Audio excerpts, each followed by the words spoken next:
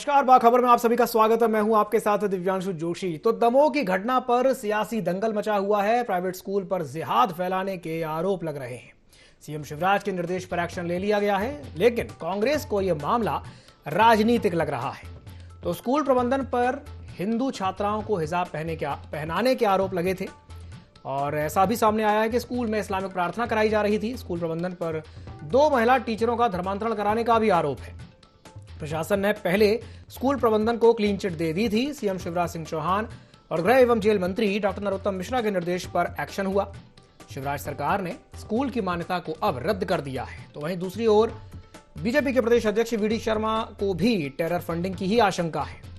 तो इसे लेकर के नेता प्रतिपक्ष डॉक्टर गोविंद सिंह ने कहा है कि सीएम खुद ही अपराध करा रहे हैं और खुद ही उनकी जांच भी करा रहे हैं। कांग्रेस ने इस मामले को चुनावी षड्यंत्र बताया है। साथ ही साथ डॉक्टर गोविंद सिंह ने यह भी कहा है कि लव जिहाद जो है ये सिर्फ और सिर्फ बीजेपी का शिगूफा है।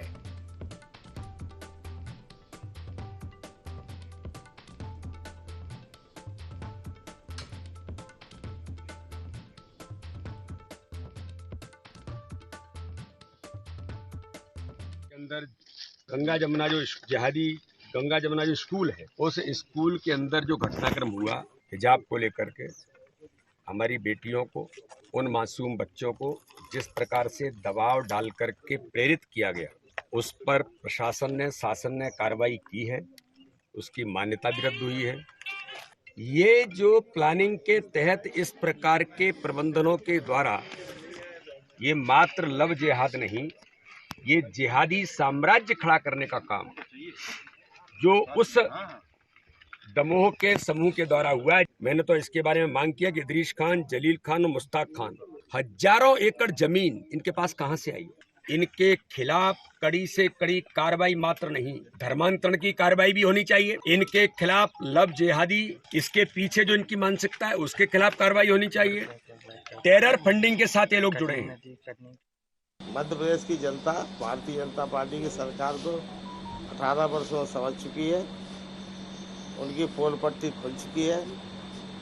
इस अफवाह से, इस प्रकार के दुष्प्रचार से कुछ होना नहीं है। लव जिहाद को बार बार लव जिहाद है, अब नहीं समझते क्या लव जिहाद होता है। जब प्रेम होगा तो लठ क्यों चलेगा?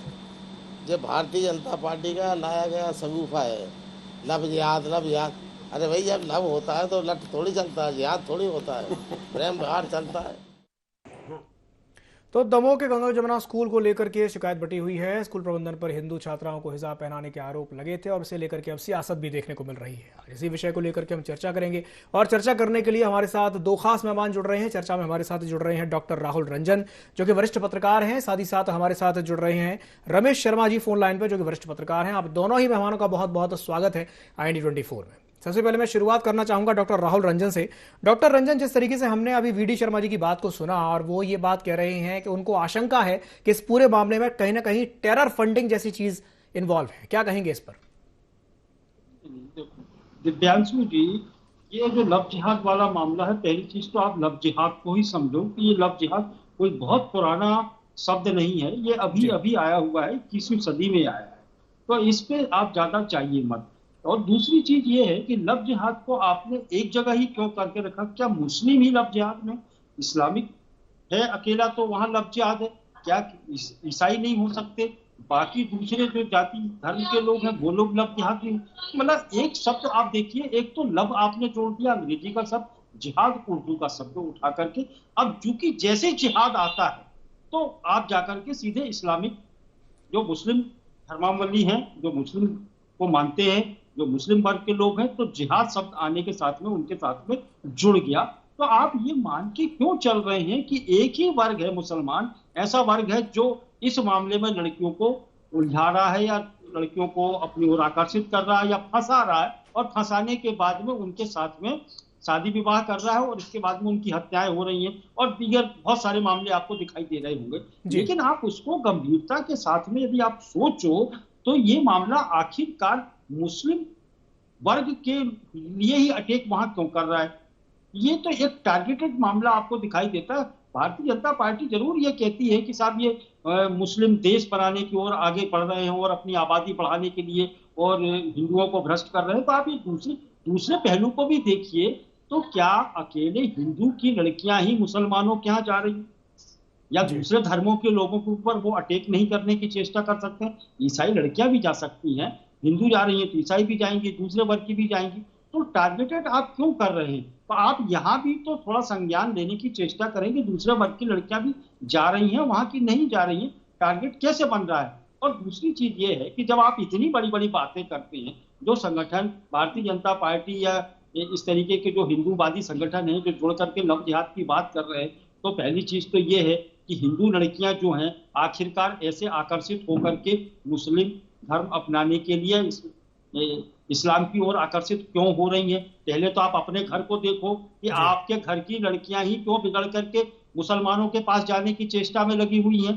तो ये चीज तो मामला जमता, ये जबरदस्ती आप रोक नहीं सकते किसी को। या तो आपके धर्म में खामी है, या हिंदू धर्म में खामी है, या हम अपने बच्चों को, अपनी बच्चियों को शिक्षा ऐसी नहीं दे पा रहे हैं कि जो दूसरे धर्मों की ओर आकर्षित ना हो। तो आप पहले अपने धर्म को टटोलो, इसके बाद दूसरे के ऊपर अटैक करो, तो तब जाकर के बात समझ में आती है। यदि आप आरोप सीधे सीधे लगा रहे हो, आप उसका रेशो भी उठा करके देख लीजिए कि लव जिहाद के इतने रेशो नहीं मिले हैं जितना पूरे हिंदुस्तान की जितनी आबादी है, मुस्लिम की और हिंदुओं की जितनी आबादी का रेशो आप उठा के देख लेंगे तो आंकड़े आपको बहुत चुनिंदा मिलेंगे, और इतने बड़े नहीं है कि जो विस्फोटक स्थिति पैदा हो गई हो। और जो दूसरी बात कर रहे हैं कि टेरर फंडिंग है, तो ये कोई आतंक से जुड़ा हुआ मामला नहीं है, पहली चीज ये है। और आज से ही मुस्लिम लड़कियां हिंदुओं की ओर आकर्षित, मतलब हिंदुओं की लड़कियां मुस्लिमों की ओर आकर्षित हुई हो, यह पहली बार नहीं हो रहा है। या आप उठा करके इतिहास देखेंगे तो कई बार हुआ है। तो ये मतलब वर्षों से चल रहा है ये मामला, तो आप वर्षों से कहां थे? और फिर दूसरी चीज ये भी देखिए आप, और जब आपके इधर भी होता है, जो लोग इस बात को उठा रहे हैं गंभीरता के साथ में उठाते नहीं है। जब ये बात है जो संगठन उठा रहा है, वो संगठन अपनी ओर भी झांक करके देखे कि उनके घर की बच्चियां कहां गई हैं। इस चीज को भी, जब आप कीचड़ उछालोगे तो फिर आपके ऊपर भी छींटे आएंगे। तो पहली चीज है कि आप पत्थर मारने से पहले अपने घर के दरवाजों को, अपने घर के शीशों को देखो कि वो तो नहीं टूट रहे। बिल्कुल सही कहा आपने। चलिए मैं रमेश शर्मा जी से के पास जाना चाहूँगा। रमेश जी, जिस तरीके से हमने ये देखा कि नेता प्रतिपक्ष डॉक्टर गोविंद सिंह ने एक बात कही कि ये जो लव जिहाद है ये सिर्फ और सिर्फ बीजेपी का शिगूफा है और कुछ नहीं है, ये उनके शब्द हैं, क्या कहेंगे इस पर? नहीं, मुझे उनके पर तो कोई टिप्पणी नहीं करना। हर व्यक्ति अपनी समझ से बात करता है, जितना वो समझ पाता है उतनी ही बात करता है। लेकिन जहां तक ये दमोह का मामला जो है, ये अपने आप में बहुत गंभीर मामला, इसको मैं मानता हूँ कि 3 तो टीचरों का धर्मांतरण हुआ है। और इसके अलावा चूंकि मैं चैनलों पर वाइट देख रहा था, तो कोई अगर कलावा बांध करके आता था तो उसकी पिटाई करते थे वो, और उसको कहते थे कि हिजाब आपको अनिवार्य रूप से लगाना है। और फिर वह नियमित पढ़ाई जो है इस्लाम के आधार पर जिस तरीके से पढ़ाई कराई जाती थी, तो ये इसको मैं एक साधारण रूप से इसको नहीं मान सकता।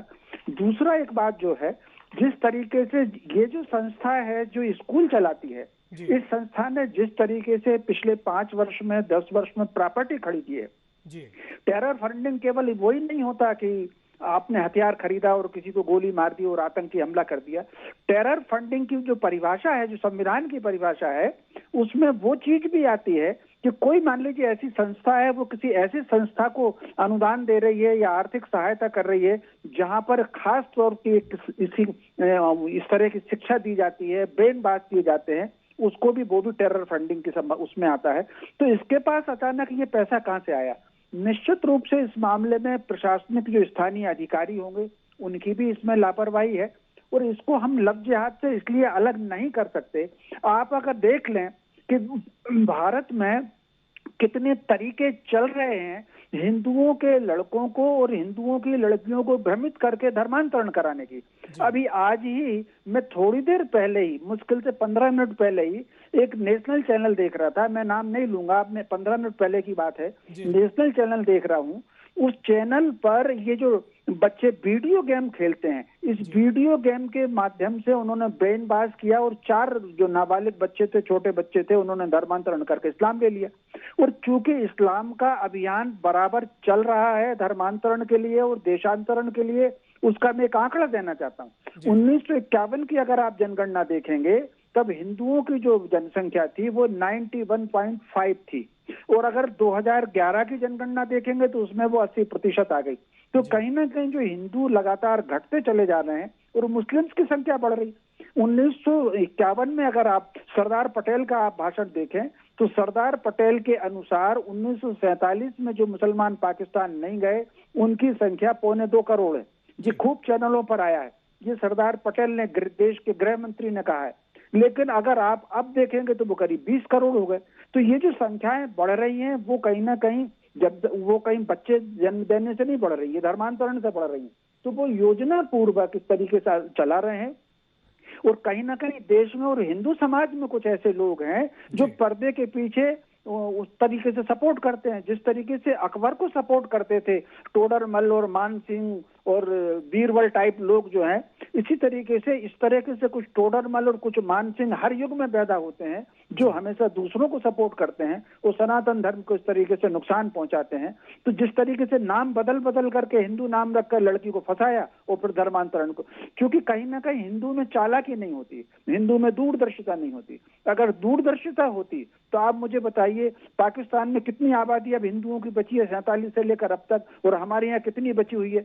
अगर दूरदर्शिता होती, मैं छोटे से देश श्रीलंका का उदाहरण दूंगा। स्वतंत्र हुआ, उन्होंने अंग्रेजों का नाम उतार करके फेंका और श्रीलंका नाम रख लिया।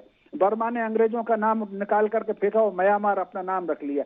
हिंदुस्तान भारत आज भी इंडियन ही बना हुआ। तो कुल मिलाकर के अदूरदर्शिता कहिए, सीधापन कहिए या कम बुद्धि की चीज कहिए, जो षड्यंत्र हो रहे हैं हम उनको समझ ही नहीं पाते। और निश्चित रूप से ये लव जिहाद भी है इसमें मुझे दिख रहा है, और इसमें टेरर फंडिंग का मामला भी दिख रहा है। इस पर कहीं ना कहीं बहुत सख्ती के साथ एक्शन होनी चाहिए। चलिए ठीक है, एक्शन की बात चूंकि रमेश जी ने कही है, मैं वापस से डॉक्टर राहुल रंजन की ओर आना चाहूँगा।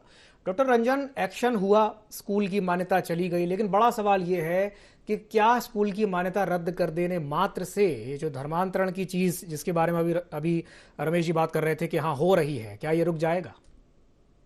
नहीं, देखिए, एक स्कूल की मान्यता रोक देने से या एक किसी व्यक्ति विशेष पे कार्रवाई कर देने से धर्मांतरण का मुद्दा बिल्कुल खत्म ही नहीं होगा और ये बंद भी नहीं होगा।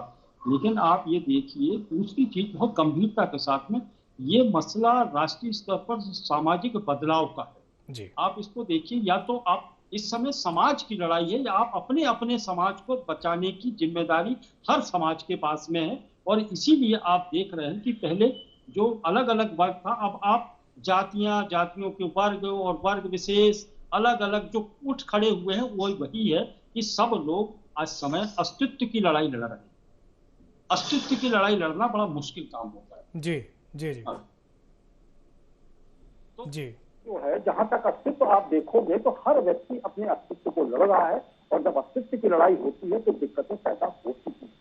तो यहाँ जो धर्मांतरण का मामला है, तो आप यही अकेले मध्य प्रदेश को देखिए कि जब छत्तीसगढ़ नहीं था तो बस्तर के कई इलाकों में धर्मांतरण हुए थे, लेकिन वो धर्मांतरण मुसलमानों के नहीं हुए थे बल्कि ईसाइयों के हुए थे। तो ईसाई भी इसमें बहुत आगे रहे हैं और धर्मांतरण उनका वो करवाते भी रहे हैं। लेकिन सिर्फ मुसलमानों को प्यार के मामले में, लव जिहाद के मामले में बदनाम कर दिया गया, और इसके पीछे कोई लॉबी काम कर रही है या षड्यंत्र पूर्वक वही हिंदूवादी संगठन काम कर रहे हैं जो इसके लिए विरोध में खड़े हुए हैं, वही समर्थन कर रहे हैं जो इसके विरोध में खड़े हुए हैं। तो ये पैरेलल एक व्यवस्था चल रही है। इस पैरेलल व्यवस्था को हमें देखना पड़ेगा और बहुत गंभीरता के साथ में देखना पड़ेगा। ये सामाजिक कारण है, इसको समाज के साथ में। दूसरी चीज आप देखिए विजयांशु जी कि भाई मामला ये है कि हिंदुओं को हम आगे आने की बात कर रहे हैं और हिंदुओं को हम बोल रहे हैं कि हम आगे आ गए। हेलो जी जी जी जी डॉक्टर रंजन, तो हम हिंदुओं की बात कर रहे हैं कि हिंदू बहुत आगे आ गया है, लेकिन आप हिंदुओं की सामाजिक व्यवस्था को भी दिव्यांशु जी देखिए कि आज की स्थिति में ये हुआ है कि हिंदू युवक हो या युवतियां हो, बेरोजगारी की संख्या या बेरोजगारी का आंकड़ा इतना अधिक हो चुका है कि अब इनके साथ में दिक्कतें पैदा हो गई हैं। सामाजिक व्यवस्था के दिक्कत में न लड़कियों की शादी समय पर हो पा रही है न लड़कों की शादी हो पा रही है। सरकारी तंत्र से तो ये ब्राह्मण समाज के लोग बाहर हो चुके हैं, तो अब इनके लड़के लड़कियों को नौकरी मिल नहीं रही। जब नौकरियां मिल नहीं रही हैं, एक परिवार में एक व्यक्ति कमाने वाला था, अब वो स्थिति अभी अनुकूल नहीं बची है, तो अब स्थितियां ये होती है कि ऐसी स्थिति में ये विस्फोटक स्थिति होती है कि ऐसी स्थिति में यदि आपके कंधे पे कोई हाथ रखेगा, कोई आपके साथ में सद्भावना के साथ में व्यवहार करेगा, आपके भावनात्मक रूप से आपको प्रेशर करेगा या भावनात्मक रूप से आपसे जुड़ेगा, तो आप उसकी ओर आकर्षित हो जाओगे। और मुस्लिम वर्ग ने इस चीज को भी बहुत अच्छी तरीके से समझा है कि अब भावनात्मक रूप से यदि हम हिंदू लड़कियों के साथ में बातचीत आगे करते हैं तो ये आगे हो जाती है। तो आपको यहाँ समझना पड़ेगा, क्या हमारी समझ इतनी नहीं है कि हम धर्मांतरण की ओर सीधे तौर से बढ़ जाए? हमारे पास इतनी अकल नहीं है क्या हिंदू लड़कियों के पास में कि वो धर्मांतरण को स्वीकार कर ले? तो ये सामाजिक मुद्दा है और इसको सामाजिक दृष्टिकोण से सब लोगों को बिल्कुल आपने सही कहा, ये सामाजिक मुद्दा है और इसको सामाजिक दृष्टिकोण से ही देखने की आवश्यकता है, राजनीतिक चश्मे से इसको देखने की आवश्यकता नहीं है। मैं रमेश शर्मा जी के पास वापस जाना चाहूंगा। रमेश जी, एक अहम सवाल ये है कि जैसे क्रिश्चियन स्कूल्स भी तो हैं भारत में, कई क्रिश्चियन स्कूल्स ऐसे भी हैं, जैसे इस तरह की बातें सामने आ रही हैं कि उस स्कूल में, जो दमोह का जो स्कूल है, वहाँ पर बच्चों से इस्लामिक प्रार्थना कराई जाती थी। ऐसे भारत में कई क्रिश्चियन स्कूल्स हैं जहाँ पर बच्चों से क्रिश्चियन प्रार्थना कराई जाती है, hallelujah in the name of Jesus, in the name of almighty, और इस तरह से जो प्रार्थना उनकी होती है, तो उसे लेकर के कभी बवाल नहीं मचा। और ये भी होता है कि वहाँ पर क्रिसमस या न्यू ईयर या ईस्टर, इस तरह के जो त्यौहार हैं वो भी बड़े अच्छे से मनाए जाते हैं, लेकिन उसे लेकर के कभी कोई हो हल्ला नहीं मचा। तो अब इतना ज्यादा हो हल्ला क्यों? इसी को लेकर के कांग्रेस ये बोल रही है कि ये टारगेट किया जा रहा है, चुनावी फायदा लेने की कोशिश की जा रही है। रमेश जी क्या कहेंगे इस पर? देखिए, निश्चित ये जो ईसाई मिशनरियों के जो स्कूल रहे हैं उनको लेकर के भी खूब आवाज उठी है। भोपाल में बाकायदा आंदोलन हुए हैं, ज्ञापन हुए हैं और पुलिस ने कार्रवाई की है। और उसमें से एक जो उसके प्रिंसिपल थे, जो पादरी भी रहे हैं, उन पर FIR भी दर्ज हुई है। तो कहीं ना कहीं ये जब सारा का सारा दबाव बना तो क्रिश्चियन स्कूलों ने कुछ चीजों में उदारता उन्होंने दिखा दी। जिस तरीके से आप अगर ध्यान करिए कि 15 साल 20 साल पहले, 2003 से पहले, वो हमेशा क्रिश्चियन स्कूल भी दीपावली के आसपास वो शिविर लगाते थे बच्चों का, ताकि बच्चे दीपावली ना बना पाए। इसकी बात उठी और उमा भारती जब थी तो उन्होंने इस पर एक्शन लिया, बैठक हुई। तो कुल मिलाकर के दशहरा दिवाली के अवकाश के क्रिश्चियन स्कूल जो वो लगाते थे, कैंप लगाते थे, वो सारा का सारा बंद हुआ। तो कुल मिलाकर के समय के साथ समाज अगर जाग रहा है और उसके साथ साथ कार्रवाई हो रही है, लेकिन जैसे ही समाज जागता है तो कुछ लोग उन लोगों के समर्थन में खड़े हो जाते हैं। जैसे मैं एक गांव से आता हूं, मेरे गांव में तीतर बहुत हुआ करते थे। तो जो तीतर के शिकारी होते थे वो 2-4 प्रशिक्षित तीतर लाते थे और तीतरों को झुंड में छोड़ देते थे, तो वो सारे तीतरों को पकड़ करके भर देते थे जाल के अंदर। तो इसी तरीके से दूसरे लोग जो धर्मांतरण कराते हैं, हिंदू समाज में कुछ तीतर छांट लेते हैं जो उनके पक्ष में बात करते हैं और हिंदुओं को भ्रमित कर देते हैं। एक उदाहरण मैं आपसे देना चाहता हूं। आप मीडिया के आदमी हैं, आपने जब से होश संभाला होगा, जब भी चुनाव आते हैं आप खबर बनाते होंगे, इस कॉन्स्टिट्यूंसी में इतने ब्राह्मण हैं, इतने ठाकुर हैं, इतने OBC हैं, और फिर नीचे जाकर के इतने यादव हैं और इतने किरार हैं और इतने दलित हैं। कभी आपने ये खबर बनाई कि इतने सिया हैं और इतने सुन्नी हैं और इतने पठान हैं और इतने कुरैशी हैं और इतने सिद्दीकी हैं और इतने बिस्ती हैं, या कितने रोमन हैं और कितने कैथोलिक हैं? कभी खबर नहीं बनाते। केवल हिंदुओं को बांटने का जो षड्यंत्र चल रहा है, कहानियों में भी बांटने का षड्यंत्र, फिल्मों में बांटने का षड्यंत्र। एक उदाहरण मैं आपको देना चाहता हूं। आपने जितनी फिल्में देखी होंगी उसमें सब पुजारी ऐसे बताएंगे कि ढोंगी है और जो पैसा लेकर के काम कर रहे हैं। ठाकुर ऐसा बताएंगे कि सब शराब पीता है और लड़कियों का अपहरण करता है। वैश्य समाज ऐसा बताएंगे कि वो रोज अपना बही खाते में हेर फेर करता है। और लेकिन 786 का बिल्ला जेब में रखा है तो आपको गोली भी नहीं मार सकती। बिछड़े मिलते हैं तो वो मजार पे मिलते हैं, कोई बच्चा छोड़ता है तो वो चर्च में छोड़ता है। ये जो इस तरीके से छोटी छोटी चीजें हैं जो ब्रेन वाश समाज का किया जा रहा है, हिंदू समाज को उसकी जड़ों से तोड़ने का षड्यंत्र किया जा रहा है, इसके कारण हमारी लड़कियां जल्दी प्रभावित हो जाती हैं। तो समाज में कहीं ना कहीं जो जागरूक लोग हैं उनको सामाजिक आंदोलन चला करके ये जो हिंदू समाज को तोड़ने की इस तरह की बातें होती हैं। मुझे आप ये बताइए कि 786 का बिल्ला जेब में रखेगा तो उसको गोली नहीं लगेगी। ये जो अभी मैं थोड़ी देर पहले कार्यक्रम देख रहा था, बच्चों को वो जो खेल था वीडियो गेम, उसमें जिताने के लिए कहते थे कि ये आयत पढ़ लो और आप जीतोगे, और उसके बाद उसको जिता देते थे। ये जो षड्यंत्र इस तरीके कहाँ कहाँ चल रहे हैं, इन षड्यंत्रों को हमको समझना होगा। मुझे तो उसी षड्यंत्र का एक हिस्सा ये दमोह का स्कूल लगता है। समाज को उसमें जागरूक आना चाहिए और उन सारे लोगों को, ये साधारण नहीं है कि 3 टीचरों का धर्मांतरण हुआ, तो ये साधारण नहीं है। तो कहीं ना कहीं उन पर FIR हो और उन पर तो गिरफ्तारी होना चाहिए और ऐसी दफाएं लगनी चाहिए जो गैर जमानती हों। जी चलिए, ठीक है, ठीक है, ठीक है। मैं डॉक्टर रंजन के पास वापस जाना चाहूँगा। डॉक्टर रंजन, चलिए ठीक है, लंबे समय से हम मान सकते हैं कि हाँ, एक प्रोसेस है जिसके तहत ये सारी चीज़ें हो रही है, लेकिन आज की जो घटना है, जो आज घटना घटित हुई है, जिस तरीके से हमने देखा कि DEO के चेहरे पर स्याही फेंक दी गई, बीजेपी के कार्यकर्ताओं के द्वारा DEO के चेहरे पर स्याही फेंक दी गई और वो इस बात से काफ़ी नाराज थे कि स्कूल को क्लीन चिट दी गई है। आप इसे कैसे देखते हैं, क्या कहेंगे इस पर? देखिए दिव्यांशु जी, मैं पहले भी कह चुका हूँ कि क्या एक ही व्यक्ति या एक ही राजनीतिक दल की जिम्मेदारी है कि ये धर्मांतरण का मामला है, एक ही को आक्रोशित होने की जरूरत है क्या? बाकी क्यों नहीं आक्रोशित हो रहे हैं इस मामले में? समाज के बड़े बड़े संगठन खड़े हैं, वो क्यों नहीं खड़े हो रहे इस मामले में लेकर के? तो आपको यहाँ संदेह की सुई आपको यहाँ दिखाई देगी कि कहीं ना कहीं ऐसे ही लोग राजनीतिक दलों से जो लोग जुड़े हुए हैं, जो धर्मांतरण के मामले को आग लगाने की चेष्टा कर रहे हैं, वही लोग विरोध के स्वर भी पैदा कर रहे हैं। तो आप और कहीं कांग्रेस की ओर से विरोध के स्वर नहीं उठे। कांग्रेस ने कभी नहीं कहा, अभी किसी राजनीतिक दल और भी उठा करके देख लीजिए, किसी भी राजनीतिक दल का आपको बिल्कुल स्पष्ट यहाँ मिलेगा कि भाई यहाँ ये षड्यंत्र पूर्वक मामला चल रहा है, एक ही राजनीतिक। और सबसे बड़ी बात ये है कि ये मामले, रमेश जी की बात का समर्थन मैं करूंगा कि ऐसे मामले आखिरकार चुनाव के समय ही क्यों उठाए जाते हैं, चुनाव के समय ही ऐसा बबेला क्यों खड़ा किया जाता है? और इस समय उठना होगा तो आपको दमोह ही नहीं, आप ये देखिएगा कि अभी एक सप्ताह के अंदर मध्य प्रदेश के कई जिलों में, कई हिस्सों में इस तरीके के मामले एकदम से सामने दिखाई देंगे, जो 5 साल तक आपको दिखाई नहीं दिए। अभी आपको आंकड़े दिखाई देंगे पिछले 2-3 महीने के अंदर, ऐसा लगेगा आपको कि गांव का गांव मुसलमान हो गया हो जी। तो ये चीजें बिल्कुल प्री प्लान होती हैं, लेकिन ये इस चीज को मैं मानता हूं कि होता है, कुछ हद तक होता है, बहुत हद तक नहीं होता। अभी आप एक और मसला देखिए कि हिंदुओं को, जो मुस्लिम धर्म को अपना चुके थे, उनको हिंदू धर्म वापस लेके आया गया।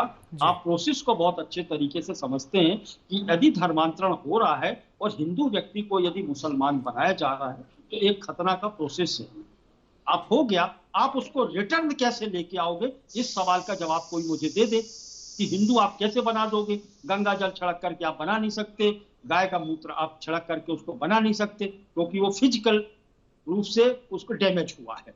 तो यहाँ दिक्कतें हो जाती हैं। लेकिन अब इन दूसरे पक्षों में आप सामाजिक, जिस पक्ष की मैं बात कर रहा था, उस पक्ष पर मैं बिल्कुल कहूंगा कि ये हुआ इसलिए है कि इस समय जो आपका साइबर है, जो इलेक्ट्रॉनिक मीडिया है, जो आपका डिजिटल प्लेटफॉर्म चल रहा है, जो सोशल मीडिया चल रहा है, इस समय बिंदास हर युवक के पास में मोबाइल आपने ऐसा हथियार दे के रखा है कि आप कलावा बांध दीजिए, तिलक लगा लीजिए, बोगस फोटो डाल दीजिए, फर्जी प्रोफाइल बना दीजिए, सब कुछ यहाँ फर्जी चल सकता है। और इस फर्जी के लालच में हिंदू और मुसलमान ही नहीं बल्कि हर वर्ग की लड़कियां चपेट में आ चुकी हैं। और यहाँ तक कि ये भी हो रहा है, आप तो लड़के और लड़की की बात कर रहे हो, लड़कियां लड़के बन के बात कर रही हैं, लड़के लड़कियां बन के बात कर रहे हैं। सोशल मीडिया पे आपको कुछ दिखाई नहीं दे रहा। ऐसे में धर्मांतरण जैसे ऐसे ये बातें जो है उभर करके इनको मौका मिलता है और इस तरीके से ये लोग आगे बढ़ जाते हैं। तो इसमें सोशल मीडिया का भी दोष बहुत अधिक है।